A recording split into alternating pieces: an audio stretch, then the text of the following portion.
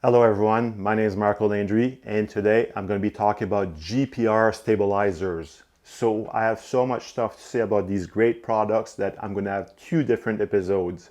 The first one will be about the servicing of one of these units. So this is my GPR V4. I'm going to take it apart, clean this up, replace the hardware, replace the O-rings, top it off with some new fluid. So after that, it will be back to the optimal state with the maximum dampening possible. In episode number 2, I will be taking a new GPR V5 unit that I just received this morning. So I will be unboxing this and comparing it with the V4 unit. And once we're done with the comparison, I'll be mounting the V5 on my Yamaha R3. So you can take a look above if that's something of interest for the installing and unboxing of the V5. So for now, let's get started on this specific unit and rebuild this so it's back to its optimal state.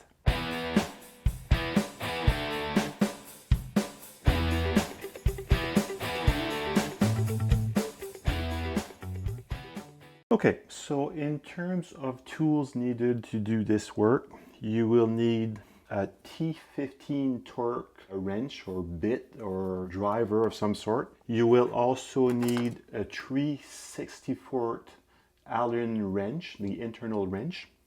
You'll need some retaining clip removal pliers to remove the clip in the back of the unit.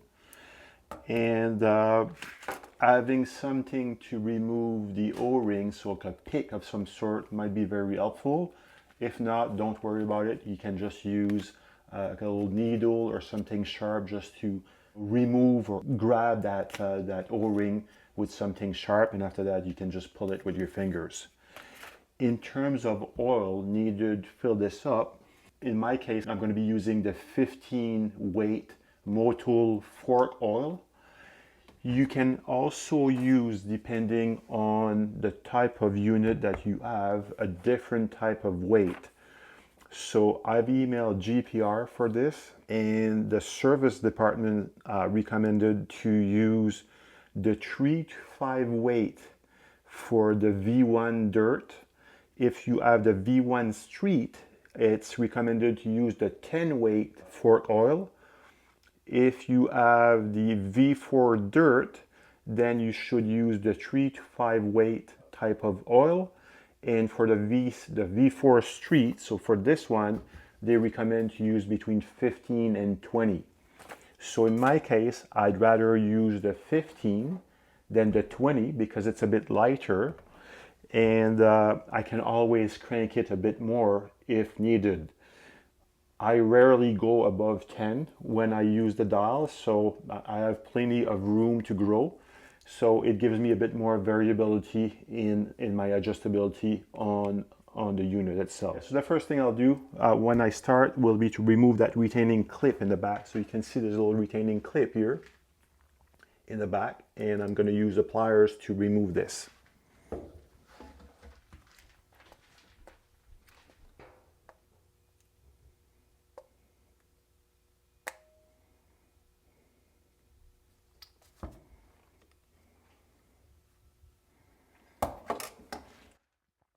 And when you remove the clip, the knob will come out on the other side. And be very careful because there's a little metal ball in the spring here, so you have to make sure that you don't lose those parts.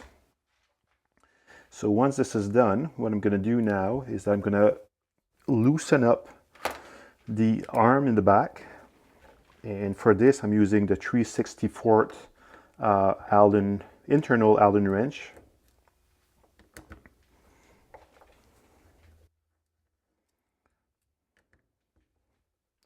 And this unit was leaking recently, so that's why I'm replacing that O-ring kit. And that will become a spare unit in my case. I already have other units on my other bikes, so that will just be a spare that I'll keep in my trailer when I go to the racetrack.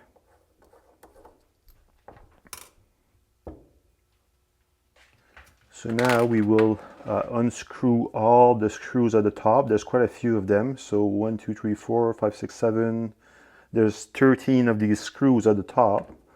And this is the T15 torque bit that I'm using for this one.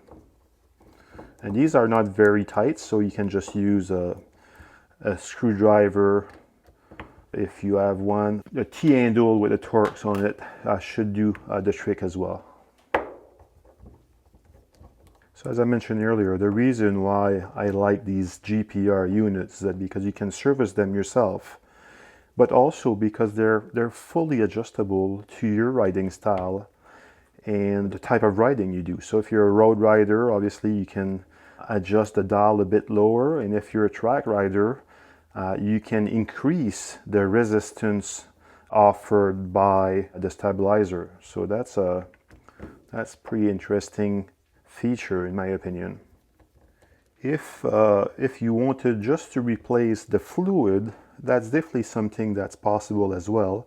There's two little screws in the back that I'll show you in a minute, and you could simply remove those two screws and flush the system, if you will, and then refill with new oil. But I don't see a lot of value in doing this. In my opinion, it's much better to do a full replacement of the O-rings. And that should be done probably every couple of years. Would be a good timing in my opinion.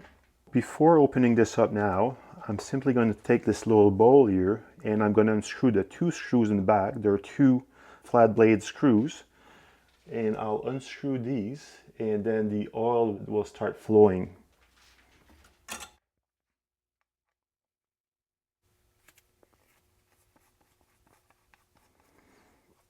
So these are the two screws I was saying earlier that you could simply remove those two screws and let some oil or the fluid come out and refill it after.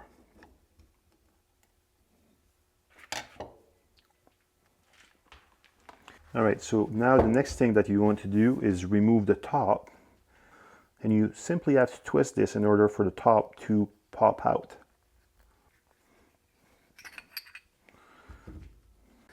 Okay, so the next step now is that you can simply remove the internal part here. So in order to do this, you simply need to press it out and it will easily come out. So this is, I guess, the internal part that controls the flow of oil, I'm assuming. So we're gonna clean this up properly before reassembling everything. So I'm gonna take some brake cleaner in a minute, make sure that everything is nice and clean. Or once you remove the bulk of the oil from all these parts, then we will just simply remove the O-rings and clean everything up.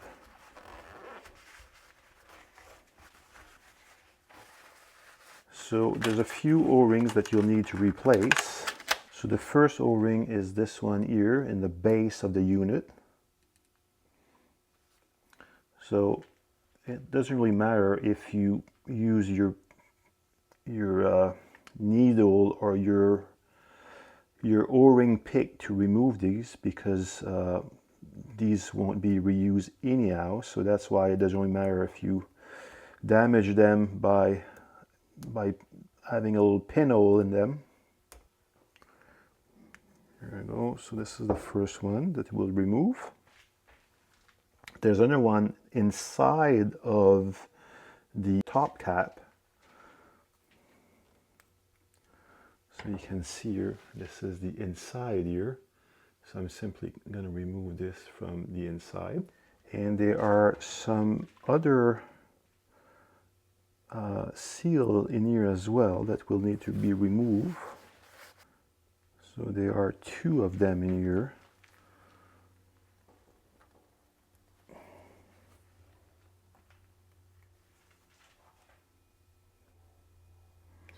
These will certainly be a bit more difficult to remove.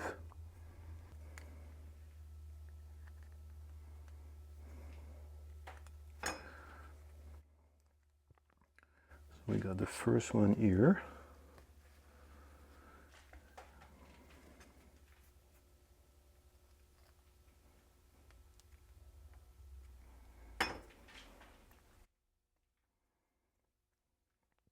All right, so that's the second one.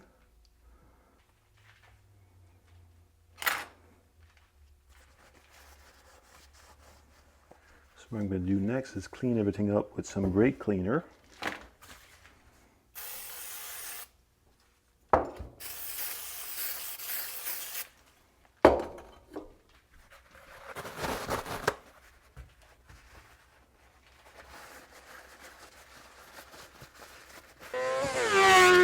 Okay, so now I'll do an inventory of the new components that we received from GPR.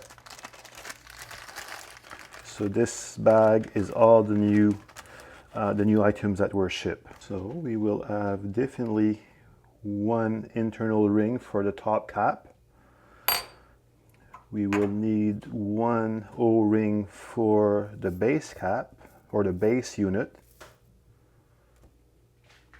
And then I'll need two O-rings for the knob.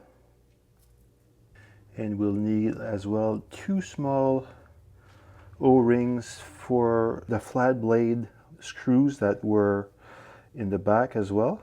We'll need one clip to retain the knob. And I think that's it. These are the main things that will be required. So there's quite a few extra parts in here. It's really well done. All right, so we will need 1, 2, 3, 4, 5, 6 of the screws or bolts to retain the arm. 13 of the smaller screws will be required. Okay, so there's quite a few extra parts, which is awesome. You rarely see this now. It's always the exact amount of bolts or fasteners that are required. So you got a few extra ones here in case you need to do this work again. Okay, so don't forget here as well, I just realized that there was another O-ring in the at the bottom of the base. So we're just gonna get this O-ring out as well here. So here we go. So this is the other O-ring right here. So now we will have one small O-ring at the bottom and one big O-ring at the top of the base. And we'll have one ring on the cap, two small ring on the button or the rotating knob, and we will have the two mini O-rings on the screws for the ports on the back of the unit. So now we can start reassembling all these O-rings. Before doing so, I always like to have a little bit of oil and make sure that I lubricate the O-rings before I install them. So I'm just going to pour a little bit of oil here on this cap here. And I'm just going to dab these O-ring in there. Make sure that they're nice and oiled.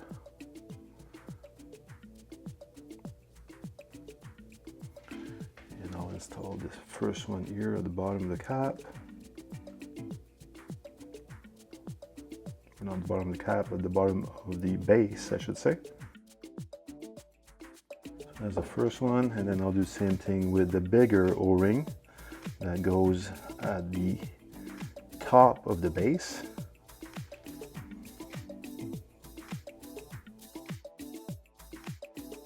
And this has a unique shape here, so don't be alarmed because the O-ring is round.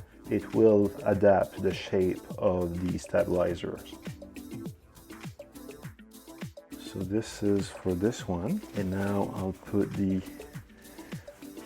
O-ring on the cap or the top of the stabilizer.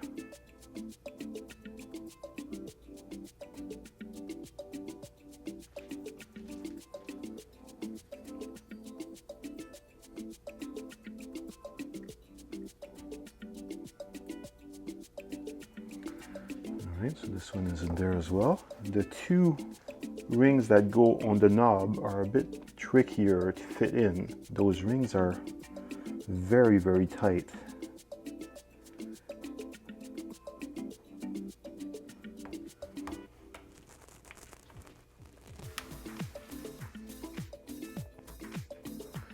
Right, so the first one is in.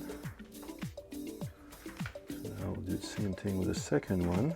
Just dab it in oil again. We'll stretch it and try to push it the right location.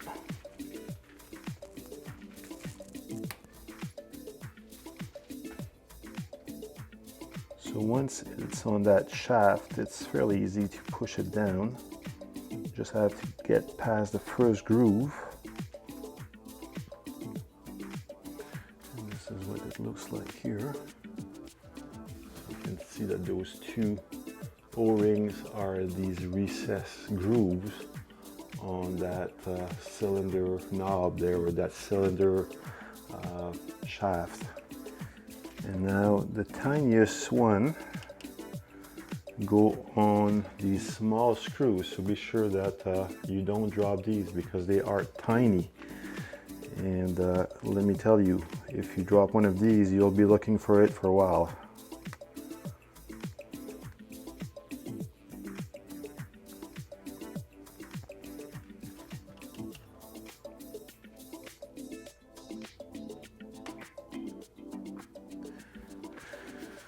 Okay, so once this is in place, now we can start the reassembly process. So the first part of the reassembly is put this piece of gray metal here, whatever you want to call it, but this is all the valving, and this is really I'm going to call it the brains of the operation. So you just push it in.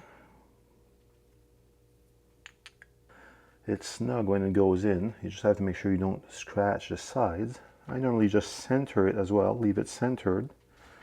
So when it's centered like this, I just turn it upside down, and then we will take the arm that goes into the bracket and we will screw it on the back. Oh, here we go. So it wasn't clipped in properly. Now it's definitely at the right location.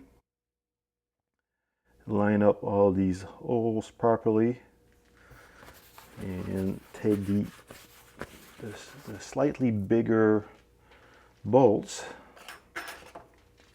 and with your 9/64 Allen wrench you can just snug these bolts in place, and then we'll do a crisscross pattern to torque everything properly.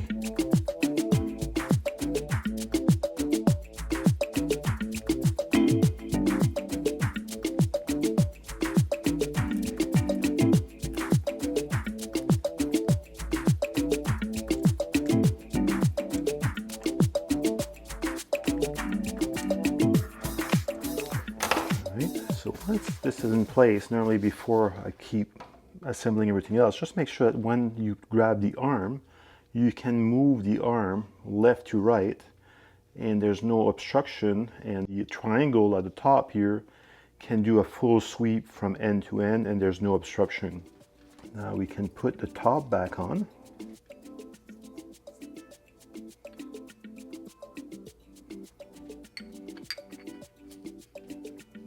And just for the cap, normally I just go back and forth from left to right and just push it in and it will click into place.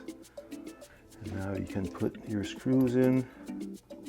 So I'm going to use the T15 adapter to screw everything back in place on this one as well.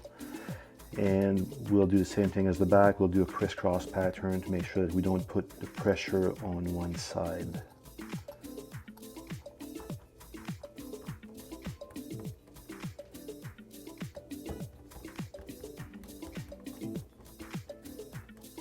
So I'm not going super tight on this. I'm just stopping as soon as I get a bit of resistance, and then after that I'll torque everything to the same torque spec all around. But for now I just want to make sure that I push that top portion evenly onto the bottom unit. So now we are ready to assemble the knob or the dial. So the first thing you want to do is insert the spring into that slot and then put that little ball on top and make sure that you don't drop this on the floor. And then you can simply push that knob into the unit, turn it upside down, and now we will simply put that clip, that retaining clip, back on.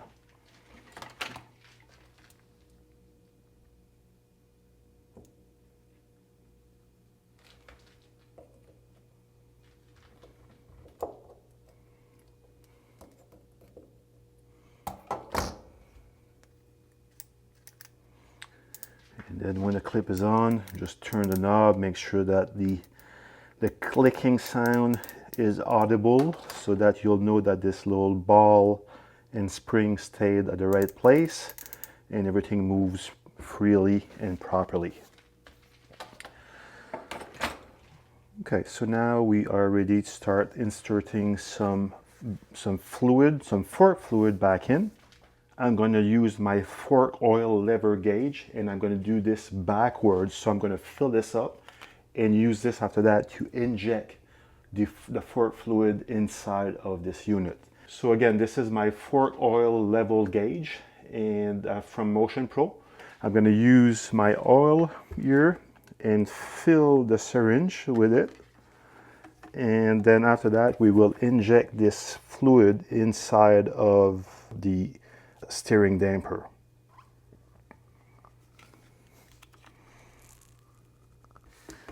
Okay, so now that we have the oil in the syringe, I'm going to fill the liquid by pushing it in one of these ports until it comes out from the other port. After that, I'm going to seal everything up, move it a little bit, and refill again once the air is out.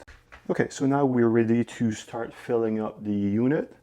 So what you want to do in this case is use the syringe and use the tip of the syringe to push the liquid inside of one of these ports until it comes out of the other port.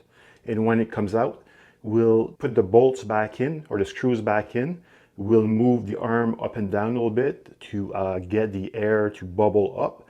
And then we'll open one port, let the air out, and we'll refill it once more.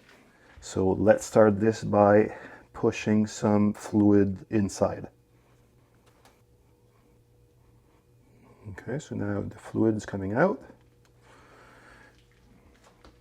And it's a bit messy, obviously, when you do this, which is totally fine. So I'm just going to move it just a little bit. And I'm going to push once more.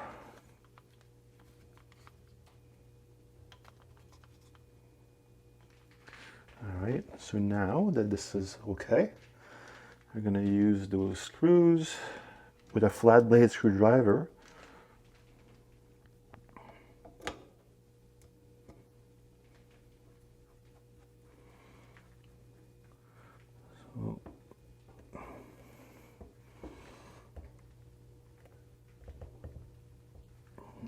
So the first one is in. I'll put the second one in.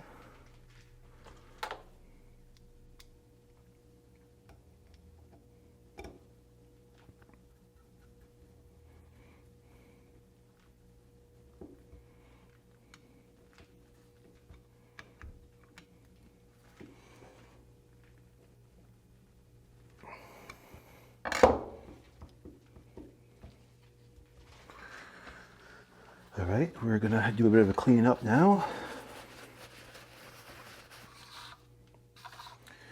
And now, as I said earlier, we're gonna move from left to right, right to left, do the full sweep. Do this a few times.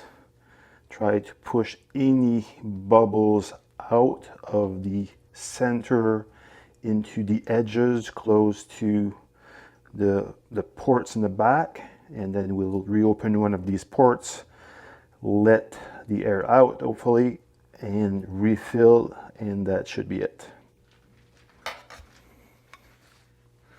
All right, so we're gonna reopen this port here.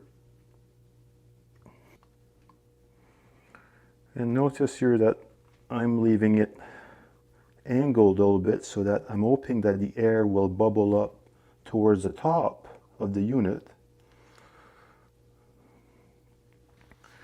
So I'm going to slowly move this up and down again, just slowly, slowly.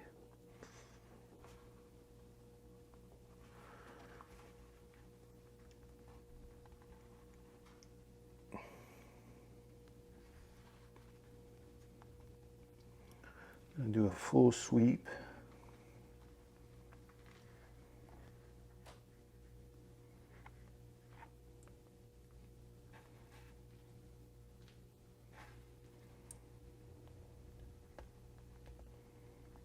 And now we're going to top it off once more.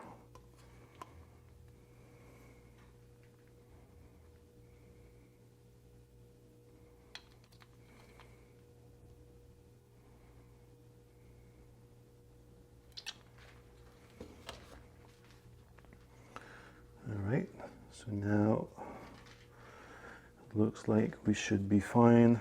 I don't think there's any air left remaining in this unit now. Just make sure the O-ring is still on that screw here, and it is, so we're gonna put it back in place and torque it appropriately.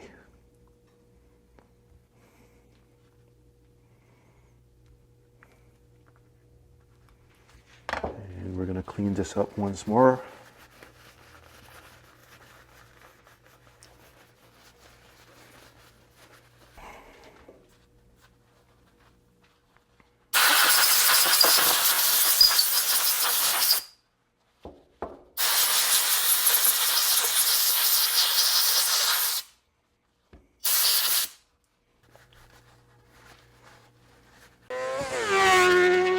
All right, folks, so that was it to replace the O-rings and the fork fluid or the fluid from your GPR stabilizer unit. So as you can see, it's fairly easy as long as you have the right parts and also the right tools. The process should take you no longer than 20 minutes to complete from end to end. Now that this is done, normally what I do overnight, I'll just take a piece of paper towel and I'll just leave the unit on top of the paper towel, and if there's any leak, I'll see that the paper towel will get wet. So normally that's my test. I'll leave it like this for 24 to 48 hours. I might even turn it upside down, see if it's gonna leak. If there's no leak, then I can install it on the bike without any issues. And your last test as well is that you want to make sure that you change the dial, put it on a higher number. So if you put it at 20, you should not be able to move it very much. And if you dial it down to 0, then you can move that arm from left to right and do a full sweep without any issues. This unit is now ready to go. So that's it, guys. That's the process to rebuild a GPR stabilizer or to service a GPR stabilizer. It will be a very similar process for all of their units. The parts might be slightly different, and the oil weight might be different, but the concept is the same. So hopefully that video was helpful. If it was, please smash that like button.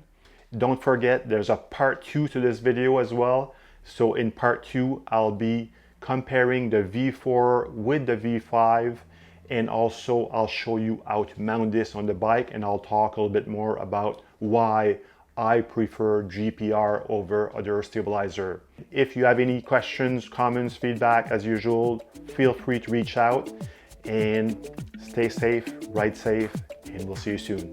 Cheers.